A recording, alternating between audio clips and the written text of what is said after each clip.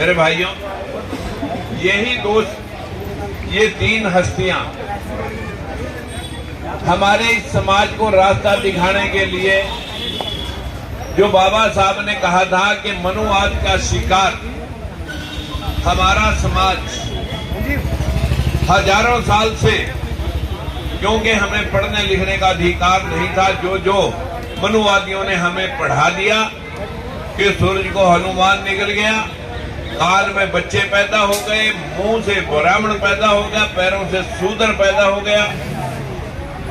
इस देश में सरस्वती ज्ञान की देवी है, लक्ष्मी धन की देवी है, दुर्गा शक्ति की देवी है। फिर ये सारा धन जो हमारे देश में 33 करोड़ देवी देवता थे, सारा धन हमारे देश में गली गली कूचे कूचे लक्ष्मी मंदिर हैं, तो सारा धन इन गरीबों के पास होना चाहिए था। सारा ज्ञान भारत में होना चाहिए था, क्योंकि सरस्वती की देवी भी ज्ञान की हमारे पास है।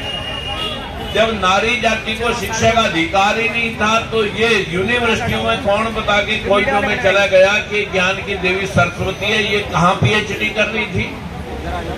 लेकिन हमने कभी उन बातों को आज तक अपने मन मस्तिष्क के ऊपर आने ही नहीं दिया, जहाँ आपको पढ़ाया गया कि बैल से बच्चे बन सकते हैं, आदमी की गर्दन पे हाथी की गर्दन लग सकती है। क्या क्या नहीं इस देश के मनुवादियों को, जो है ना, इस देश को गुलाम बनाने के लिए शास्त्रों में लिखा कि जब जब धरती पे अधर्म होगा तब तब मैं आऊंगा और प्रलय कर दूंगा। जब यहाँ पर अंग्रेज आए, डच आए, होण आए, मुगल आए, आर्य आए, यहाँ कोई भगवान आपको बचाने के लिए नहीं आया। लेकिन जो पढ़ाना चाहिए था, जो गौतम बुद्ध की विचारधारा के अपना दीपक आप बनो, आपो दीपक भव, कि हु इज गॉड, परमात्मा कौन है, परमात्मा कौन है। परमात्मा ये पंच तत्व है जिनको हम भगवान कहते हैं।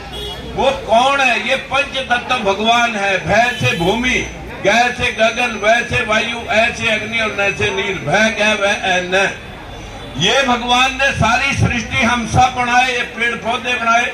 इन पांच तत्वों में से कोई एक तत्व निकाल दो, कोई भी सृष्टि का जीव जिंदा नहीं रह सकता। कहते हैं कि कण कण में भगवान है, जो इन्होंने शास्त्रों में लिख दिया कि एक राम दशरथ का बेटा, एक राम घट घट में बैठा, एक राम का सकल पसारा, एक राम दुनिया से न्यारा। आप कौन से राम की स्तुति कर रहे हो? ये जो घट घट में बैठा है, ये जो आपकी इंसानियत है, जो आपकी विचारधारा है, जो सोच है, संकल्प है, हमें उसी के ऊपर जिंदा रहना चाहिए था। लेकिन हमें तो मनुवादियों ने वो पढ़ा दिया जो देश में घटा नहीं, और जो देश में घटा वो मिटा दिया गया। आज इसी बात की जद्दोजहद जो बाबा साहब ने बौद्ध धर्म अपना करके दुनिया को संदेश दिया था कि आज विश्व में 195 कंट्री जो यूएनओ के सदस्य हैं, उनमें लगभग 80-85 कंट्रियों में जहां जहां बौद्ध विचारधारा है, साथियों, वही वही तरक्की है। जापान 100% बुद्धिस्ट कंट्री है। सारी टेक्नोलॉजी वर्ल्ड के अंदर कल्ले बुद्ध जापान की दी हुई है। चीना मल्टीप्लाई करके उसको आगे बेचता है। जहां जहां बौद्धिस्ट है, बौद्धिस्ट का मतलब है बुद्ध, बुद्धिमान, जहां जहां बुद्धिमान लोग रहते हैं, तरक्की वहां वहां हुई। जहां जहां ये पाखंड और अंधविश्वास हुआ, वहीं वहीं सर्वनाश हुआ। लेकिन आज मैं ऋतु के समर्थन में आया हूं, और हमारी लोकतंत्र सुरक्षा पार्टी के साथ SC, ST, OBC और माइनॉरिटी की लगभग 10 पार्टियां जुड़ी हुई हैं, जो थर्ड फ्रंट के रूप में आपको इंसाफ दिलाने के लिए हम दिन और रात नरेंद्र मोदी और मनोहर लाल खट्टर की पूरे प्रदेश में अर्थी को उठा करके हर रोज एक जिले को कवर करते हैं और लोगों को बताते हैं कि यहाँ पर जातिवाद,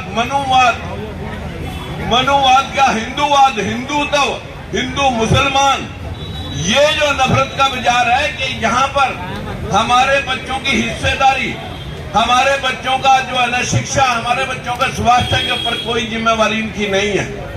हमारे प्रदेश के अंदर, मैं हरियाणा से आया हूँ, इतना जरूर कहना चाहूंगा कि हमारे प्रदेश में अभी अभी मनोहर लाल खट्टर ने 10 जज पंजाब हरियाणा हाई कोर्ट में लगाए, एक SC को छोड़ के बाकी सब जनरल कैटेगरी। यही पोजीशन आपको 2000 प्रोफेसर भर्ती किए, उन सब प्रोफेसरों में आरएसएस के लोग हैं, उन्हीं की सिफारिश से वो लोग भर्ती हुए हैं। एक भी उनमें SC ST OBC के 10-15 के अंदर ही उनका हिस्सा सुनिश्चित कर दिया गया, जहां के हमारे हजारों लोग लगने चाहिए। यही पोजीशन HCS की भर्तियों की हुई। 61 में से 51 लोग जनरल कैटेगरी के भरे गए, उन्हें EWS का रिजर्वेशन 61 में से 6, वो तो ध्यान है, लेकिन 27 और 23 SC ST OBC का रिजर्वेशन का कोई जरूरत नहीं है लगाने। मैं आज आपको यूनिवर्सिटियों का जो काला धंधा है उसकी मैं एक वीडियो लेकर आया हूं। वो वीडियो आप जरा एक बार ध्यान से सुन लेंगे, और वो वीडियो सुन करके अगर आपको लगे कि हमें ये प्रोटेस्ट और तेज करना होगा, पूरे देश की यूनिवर्सिटियों के अंदर एक बार हमें शिक्षा के तौर पर हमला बोलना होगा, ये व्यवस्था हमें उठानी पड़ेगी। अभी आपके सामने मैं आपकी स्थिति के बारे में, आप कहां खड़े हो, आपके साथ क्या क्या हो रहा है, ये मैं एक वीडियो आपको सुनाना चाहता हूं।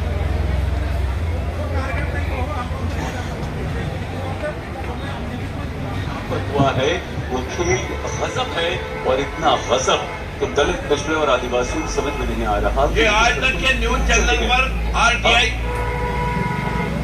ये आज तक के न्यूज चैनल पर जिस दिन EWS का रिजर्वेशन 5 मिनट में पास हुआ, RTI इंडियन एक्सप्रेस अखबार ने लगाई, और ये RTI है जो RTI आज तक के न्यूज चैनल पर एक पत्रकार ने बोली और उसे मोदी ने निकलवा दिया। ये जरा ध्यान से सुनिए। हुआ है तो दलितों पिछड़ों की असल भागीदारी को देखना बहुत जरूरी है। देखिए और सोचिए कि आरक्षण किसे मिला और फायदे में कौन रहा।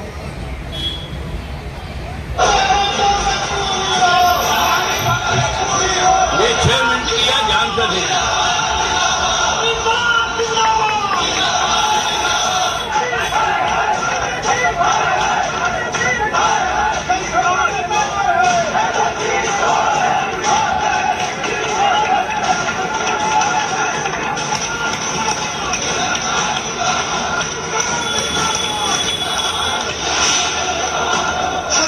बचा हुआ है आरक्षण पर। सवर्णों को 10% आरक्षण के लिए संविधान बदलने के साथ ही योग्यता के सारे सवाल खारिज हो चुके हैं। दलितों पिछड़ों के लिए कोटा अपराध से निष्पाप हो चुका है, जो कि सामने 2019 का चुनाव है।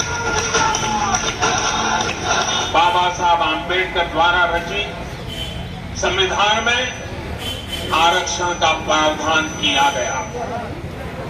ये मेरे उन भाइयों बहनों को समानता देने की ऐतिहासिक कोशिश थी जिनके साथ जाति के आधार पर भेदभाव किया जाता रहा। क्या वाकई ये सच है कि नरेंद्र मोदी ने पहली बार सवर्णों के लिए सोचा है? क्या यह सच है कि सरकारी विभागों में आरक्षण से पिछड़े ही पिछड़े भर गए? क्या यह सच है कि आरक्षण से दलित ही दलित भर गए? या क्या यह सच है कि आरक्षण से आदिवासी मजबूत हो गए? क्योंकि कहा तो यही जाता है, और इसी के आधार पर आरक्षित जातियों की काबिलियत को लेकर नफरत और घृणा का माहौल बनाया जाता रहा।